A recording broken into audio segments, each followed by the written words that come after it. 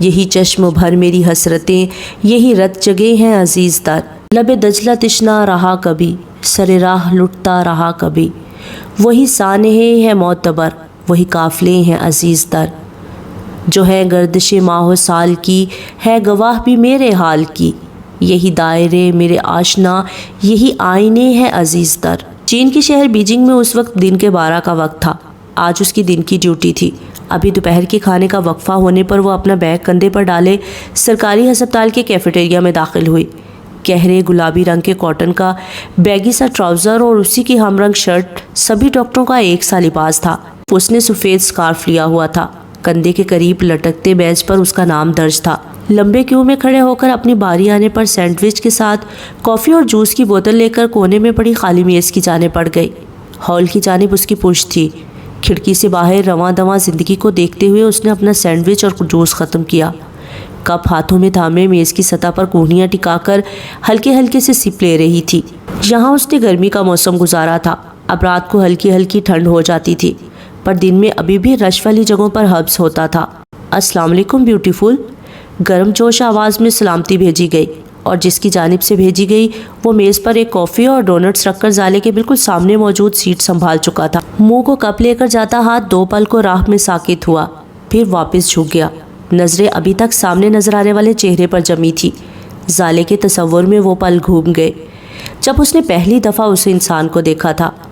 اپنی قسمت پر رونا ہی آ گیا تھا، کیونکہ تب زالے نے صرف اس کا ظاہر دیکھا تھا۔ آج وہ اپنے ظاہری اور باطنی سچ کے ساتھ اس کے سامنے موجود تھا۔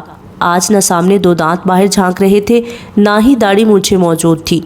اس نے اس کو سردار کے روپ میں ہمیشہ شلوار قمیض میں ملبوس دیکھا تھا، کالیا کے روپ میں سیاہ سلم فٹ ٹراؤزر شرٹ میں، پر آج وہ ہلکے نیلے رنگ کے 2 پیس سوٹ کے ساتھ سفید بے شکن شرٹ پہنے ہوئے تھا، جس میں اس کا قد اور جسامت مزید واضح ہو رہی تھی۔ زالے یک ٹک اس کے چہرے کو دیکھے گئی۔ مسلمان کے سلام کا جواب دینا چاہیے، میں نے دل میں ہی دے دیا تھا۔ تم مجھے یہاں دیکھ کر حیران کیوں نہیں ہوئی؟ کیونکہ مجھے علم تھا آپ نے ایک نہ ایک دن ایسے ہی اچانک سے آنا ہے۔ کیا تمہیں میرا انتظار تھا؟ نہیں، بس یقین تھا۔ پھر تم نے ہر کسی کو مجھے اپنا پتہ بتانے سے منع کیوں کیا؟ اس سے کیا فرق پڑا؟ آنے والے کو کون روک سکا؟ غازی ٹانگ پر ٹانگ رکھ کر بڑے ریلیکس انداز میں بیٹھ کر اسے مخاطب تھا۔ نظریں زالے کا ایک ایک انداز پڑ رہی تھی۔ اس فرار کے پیچھے وجہ کیا تھی؟ میں کچھ وقت اپنے ساتھ تنہا رہنا چاہتی تھی۔ وہ کیوں؟ مجھے خود سے کچھ سوال پوچھنے تھے۔ تو پوچھ لیے؟ ہاں۔ زالے کی نظریں کافی کے کپ پر تھی اور غازی کی زالے کی آنکھوں پر۔ جواب ملے؟ کچھ سوالوں کے جواب ملے ہیں، باقی کے اسی طرح موجود ہیں۔ غازی نے کافی کا سپ لے کر اپنا ڈونٹ اٹھایا، ایک نوالا لیا، واپس پلیٹ میں ڈال دیا۔ اب کیا ارادہ ہے؟ مزید کچھ وقت تنہا چاہیے یا جواب ڈھونڈنے میں مدد چاہیے؟ زالے اب کافی نہیں پی رہی تھی۔ مجھے جواب ڈھونڈنے میں مدد چاہیے ہے۔ سب سے اہم سوال کیا ہے؟ اگر بتا دوں تو آپ کو برا لگے گا۔ اس بات کی فکر نہ کرو، سوال بتاؤ۔ چند پل سوچنے کے بعد وہ نظریں جھکائے ہی بولی، سب سے زیادہ جو سوال مجھے تنگ کرتا ہے وہ یہ ہے، کیا میں اپنے باپ کے قاتل کے ساتھ ساری زندگی گزار سکوں گی؟ بالکل ایسا ہی سوال میں بھی خود سے کرتا رہا ہوں۔ کیا میں اپنے باپ کے قاتل کی بیٹی کو بیوی کی حیثیت دے پاؤں گا؟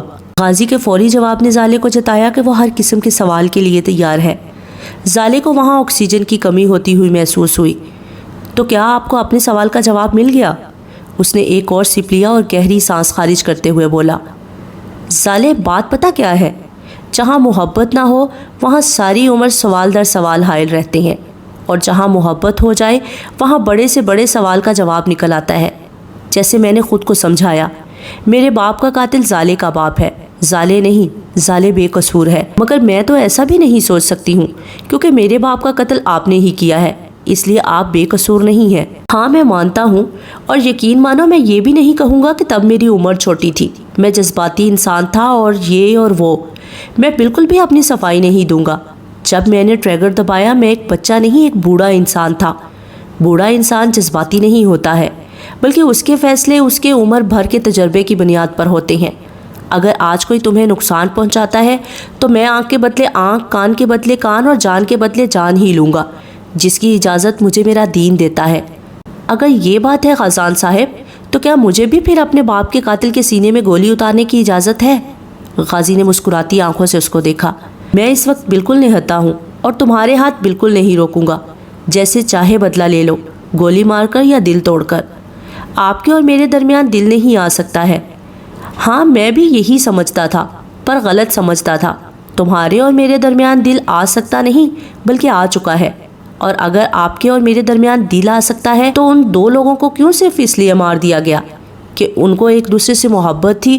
ان کے درمیان میں بھی تو دل ہی آ گیا ہوگا۔ غازی کی نظروں میں سر تاثر ابھرا۔ پہلی بات تو یہ ظالے، جو لوگ چلے گئے ہیں ان کا نامہ اعمال بند ہو چکا ہے۔ نہ جانے اللہ کو ان کا کون سا عمل پسند آ گیا ہو اور وہ جنت میں موج بنا رہے ہوں۔ میرا نامہ اعمال ابھی جاری و ساری ہے۔ میرے منہ سے نکلے الفاظ کسی کے لیے تکلیف کا باعث نہ بنے، میرے لیے یہ ضروری ہوگا۔ اور جو جا چکے ہیں میں ان کے کردار کا پوسٹ مارٹم نہیں کرنا چاہتا، مگر تم اپنے الفاظ پر غور ضرور کرو۔ تم میری محبت کو ایک تھرڈ کلاس معاشقے سے ملا رہی ہو، مرد اور عورت کے درمیان پروان چڑھنے والے فوحش جذبات سے ملا رہی ہو۔ ہم لوگ فرشتے تو نہیں ہیں غازان صاحب، ہم بھی ایک مرد اور عورت ہی ہیں، پھر ہمارے جذبات کیوں فوحش نہیں؟ غازی بڑی دیر اس کو سنجیدہ نظروں سے دیکھتا رہا، پھر سوٹ کی اندرونی جیب سے ایک پیپر نکال کر زالے کے سامنے میز پر ڈال دیا۔ یہ کھول کر دیکھ لو زالے، تمہارا میرا نکاح نامہ ہے، اور یہی سب سے بڑا فرق ہے۔ زالے نے اذیت سے پل کے پل آنکھیں موندی، کانپتی گریف سے نکاح نامہ کھول کر دلہا کے نام اور سائن دیکھے۔ دلہے کا نام غازی احمد یار، البتہ سائن میں سردار غازان خان لکھا تھا۔ زالے کی آنکھوں کے سامنے دھند چھا گئی، جسے اس نے ہاتھ کی پشت کے ساتھ صاف کیا۔ آپ پہلے اس رشتے سے ہی انکاری تھے، تو پھر اچانک یہ تبدیلی کیوں؟ میں نے کسی کو زبان دی ہے، اس سے مکرنا میرے لیے موت کے برابر ہے۔ ایک وقت میں مجھے بھی تو زبان دی ہی تھی، پھر مجھے کیوں اکیلا چھوڑا؟ بھرائی ہوئی آنکھوں سے اس کی جانب دیکھتے ہوئے زالے نے ٹھہرے ہوئے لہجے میں کہا۔ غازی ان نظروں میں ڈوبا ابھرا، ہاتھ پیر مارنے کو ارد گرد دیکھا، پر زالے کی نظریں دماغ میں فریز ہو گئی تھیں۔ زالے میں نے تمہیں اکیلا نہیں چھوڑا تھا، میں تو تمہارے پاس تھا، مگر رکھا تو خود سے دور ہی۔ غازی کے چہرے پر گہری سنجیدگی چھا گئی۔ اس نے زالے کی چیلنج کرتی نگاہوں میں بڑی گہرائی سے دیکھا۔ زالے، میرے دل پر بڑے داغ ہیں جن کو میں ہر روز دھوتا ہوں مگر دھلتے نہیں ہیں، جن کو مٹانے کی کوشش میں خود مٹ چکا ہوں، مگر یہ داغ جاتے ہی نہیں ہیں۔ میں یہی اپنے دل کے داغ چھپانے کی کوشش میں تم سے دور رہا ہوں۔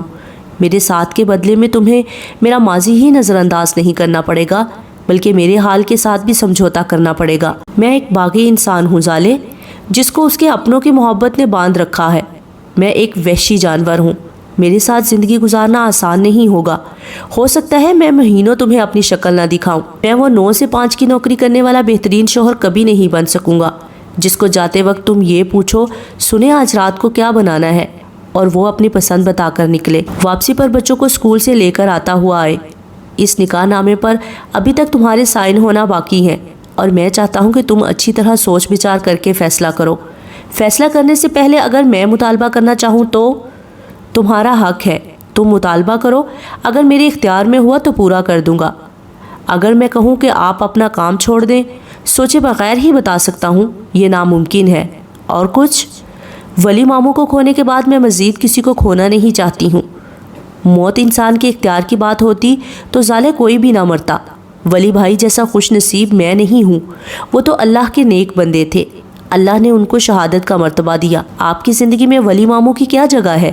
وہ میرے استاد ہیں، رہنما ہیں، میرے محسن ہیں، بڑے بھائی ہیں، سسر ہیں۔ اینڈ والا حوالہ دیتے ہوئے قاضی کے چہرے پر مسکراہٹ تھی۔ ان کے جانے کے بعد آپ لوگوں کی ٹیم کیسے چل رہی ہے؟ ٹیم میں اس وقت میں، نعمان اور کاشف ہی ہیں۔ نعمان بھائی نے بھی کیوں سچ سے آگاہ نہ کیا؟ کیونکہ وہ خود بھی لا علم تھا۔ ایسا کیسے ہو سکتا ہے جبکہ وہ آپ کے ساتھ کام کرتا ہے، دن رات کا ساتھ ہو اور ایک دوسرے کے راز پتہ نہ ہو؟ یقین کر سکتی ہو تو کر لو، وہ ہمارے ساتھ کام نہیں کرتا بلکہ ہمارے ساتھ مل کر کام کرتا ہے، کیونکہ وہ ایک ایجنسی سے منسوب ہے اور ہم لوگ آزادانہ طور پر کام کرتے ہیں، مگر وہ ہماری ٹیم کا بھی ایک اہم رکن ہے۔ جہاں ہم لوگوں کو قانون کی مدد درکار ہو وہ نعمان کر دیتا ہے۔ کیا آپ لوگ غیر قانونی اور برے کام کرتے ہیں؟ ہم اچھا کام برے طریقے سے کرتے ہیں۔ اس کا کیا مطلب ہوا؟ میں سوچ ہی رہا تھا کہ تم نے ابھی تک کسی بات کا مطلب کیوں نہیں پوچھا۔ اس کا مطلب یہ ہے زالے صاحبہ کہ اگر میرے کام کا ثبوت گواہوں سمیت پولیس کے ہاتھ لگ جائے تو مجھے جیل لازمی ہوگی، پر میں کوئی برا کام نہیں کر رہا ہوں، میں کوئی ایسا کام نہیں کرتا ہوں جس سے ضمیر کی مار کھانی پڑے۔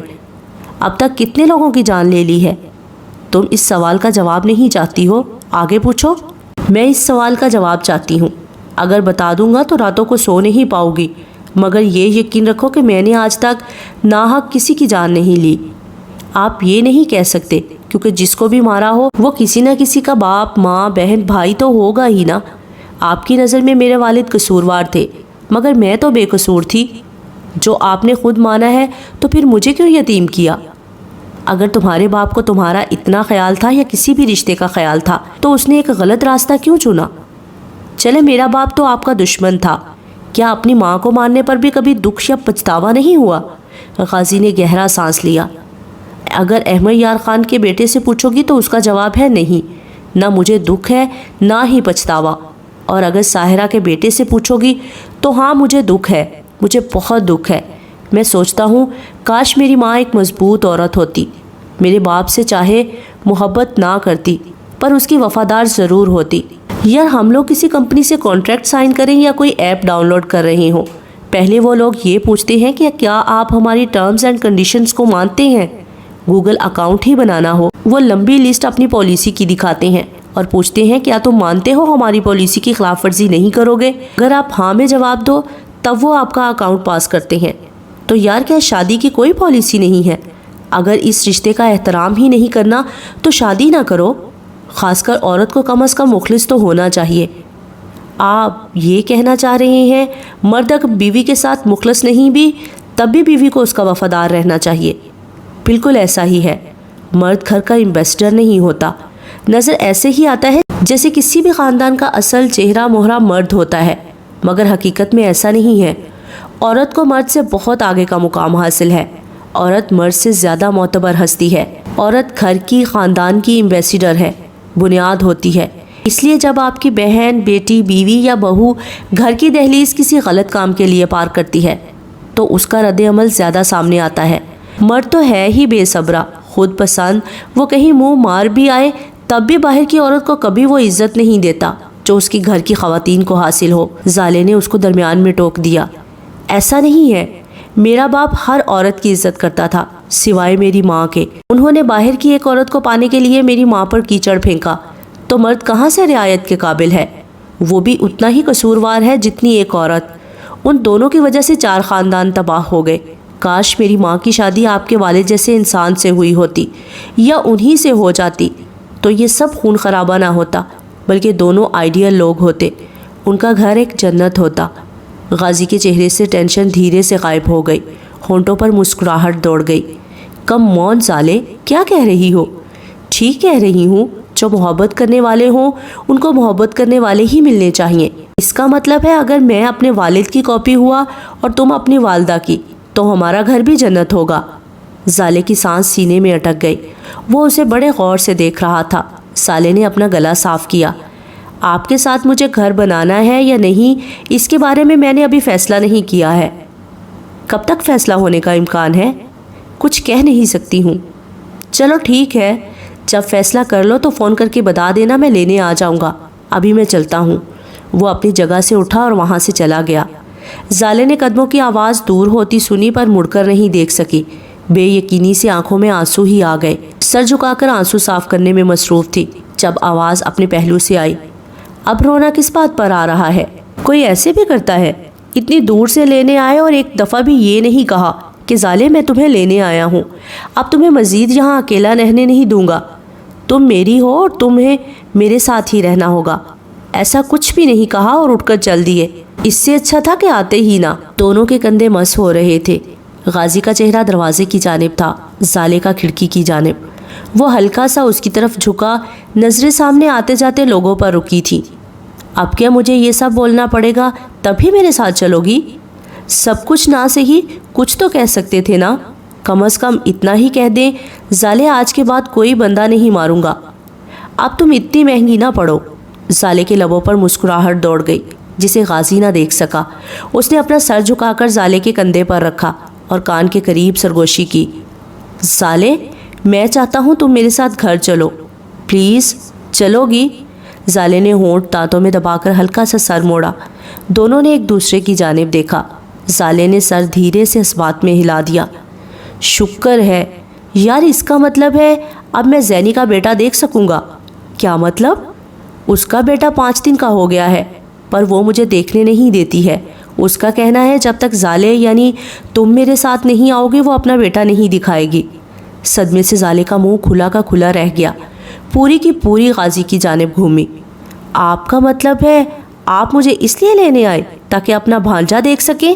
ہاں بھائی، اور میں پاگل یہ سمجھ رہی ہوں کہ جناب علی میری محبت میں آئے ہیں۔ غازی نے اپنی مسکراہٹ دبائی، زالے کی ٹھوڑی پکڑ کر اس کا چہرہ اونچا کیا اور اس کے چہرے پر جھکا۔ اگلا سارا کام غازی نے اپنے ہونٹوں سے لیا۔ زالے کے لبوں پر ابھی تک کافی کا ذائقہ موجود تھا جسے غازی نے مٹا کر اپنی محبت کا ذائقہ وہاں چھوڑ دیا۔ سر اٹھا کر پوچھا، اتنا ثبوت کافی ہے یا اور چاہیے؟ زالے کے گال لال ہو رہے تھے، چہرے پر آتی لٹوں کو کان کے پیچھے کرتے ہوئے اس نے نفی میں گردن ہلائی۔ اس نفی کا کیا مطلب لوں؟ اور ثبوت چاہیے؟ زالے نے ایک دفعہ پھر نفی کی۔ تو پھر چلیں؟ زالے نے ہاں میں سر ہلایا، پھر یاد آنے پر بولی، مگر میں اس وقت آن ڈیوٹی ہوں، لنچ بریک پر نکلی تھی۔ میں یہاں آنے سے پہلے اندر بتا آیا تھا ڈاکٹر زالے غازان کا انتظار کیا جائے۔ اس طرح تو میری نوکری چلی جائے گی۔ کوئی فکر نہیں، تمہارا اسسٹنٹ بے صبری سے اپنی نوکری واپس بحال ہونے کا انتظار کر رہا ہے۔ کون؟ شیر بخت؟ جی جناب۔ وہ شیر بخت کے اغوا کا کیا ڈرامہ تھا؟ غازی ہنستے ہوئے بولا، وہ اغوا نہیں تھا، وہ لوگ میرے دوست کے آدمی تھے جو مجھے اتنی دفعہ بلا چکا تھا، وقت نہیں مل رہا تھا اس کے پاس جانے کا، تو تنگ آ کر اس نے اپنے آدمی بھیجے تھے کہ جہاں ملے جیسے ملے اٹھا کر لے آؤ۔ میں نے کہا میرے ساتھ خاتون ہے، اس کو گھر چھوڑ کر آتا ہوں۔ انہوں نے کہا کہ ثبوت کے طور پر وہ لڑکا ہمارے ساتھ بھیج دو، اور بس۔ غازی نے اس کا ہاتھ پکڑا ہوا تھا۔ دونوں بلڈنگ سے نکل کر باہر آئے۔ زالے کو لگا کہ وہ کیب روکے گا، مگر وہ ایک بائک کے پاس رک گیا جس پر 2 ہیلمٹ رکھے تھے۔ کیا ہم اس پر جائیں گے ایئرپورٹ تک؟ ہاں، مگر میں آج تک اس سواری پر نہیں بیٹھی ہوں، اگر میں گر گئی تو خیال رکھنا مجھے اپنے پیچھے مت کھینچنا۔ زالے نے اس کے بازو پر ایک ہاتھ مارا۔ غازی نے ہنستے ہوئے ہیلمٹ اٹھا کر زالے کے سر پر باندھا، پھر اپنا لگایا۔ میں تمہیں گرنے نہیں دوں گا۔ ابھی تو ہم کوئٹہ جا رہے ہیں، پر وہاں سب سے ملنے کے بعد تمہیں کہیں اور لے کر جانا چاہتا ہوں۔ میرے ساتھ چلو گی؟ کہاں؟ سرپرائز ہے، پر اتنا بتا دوں، آبادی سے دور، جنگلوں میں جہاں خاموشی ہوگی، کوئی فون نہیں ہوگا، ٹی وی نہیں ہوگا، لوگ نہیں ہوں گے، تنہائی ہوگی اور ڈھیر ساری محبت۔ چلو گی؟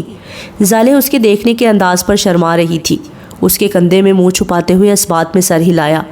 غازی کا کہکہا بڑا جاندار تھا۔ اس نے زالے کی پیشانی چومی اور بائک پر بیٹھ کر کک ماری اور دوسری کوشش پر بائک سٹارٹ ہو گئی۔ اس نے ریس دے کر زالے کو پیچھے بیٹھنے کا اشارہ کیا۔ وہ ڈرتے ڈرتے بیٹھی۔ غازی نے اس کے بازو پکڑ کر اپنی کمر میں ڈال کر حکم دیا، ہم کافی سپیڈ سے جائیں گے، اس لیے گرفت مضبوط رکھنا۔ زالے نے سر ہلا دیا۔ غازی نے ایک دفعہ پھر ہلکی سی ریس دے کر بریک ہٹا دی۔ بائک آگے بڑھتے ہی زالے نے اپنا سر غازی کے کندھے پر رکھ دیا۔ 2 سیکنڈ بعد وہ ہوا سے باتیں کرتا ہوا جا رہا تھا اور زالے اس کو مضبوطی سے تھامے آنکھیں موند کر اس کی خوشبو کو محسوس کر رہی تھی۔